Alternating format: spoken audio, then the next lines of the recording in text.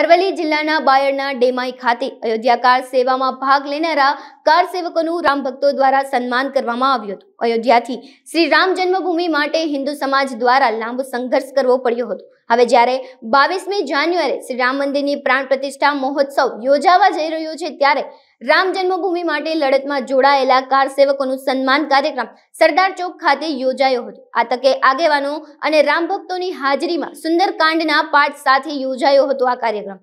આ પ્રસંગે વર્ષ 1989, વર્ષ 1992 અને 2002 એમ 3 તબક્કામાં કાર સેવામાં ભાગ લેનારા કાર સેવકોનું સન્માન કરવામાં આવ્યું હતું.